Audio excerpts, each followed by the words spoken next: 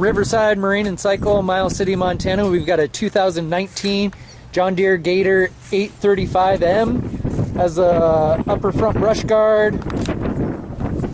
Front tires look like they're around 50-60% tread. Has a full hard cab, side mirrors, rear bumper.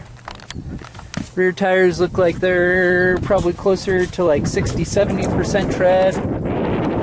Has a hydraulic tilt assist dump box. Stereo. Heater, air conditioning, tip out glass windshield, crank down window doors. This machine's got 2,905 engine hours, 22,295 miles. I'm going to take another video of this getting started up, drove around. If you've got any questions, you can always call us at the dealership, 406-232-3300.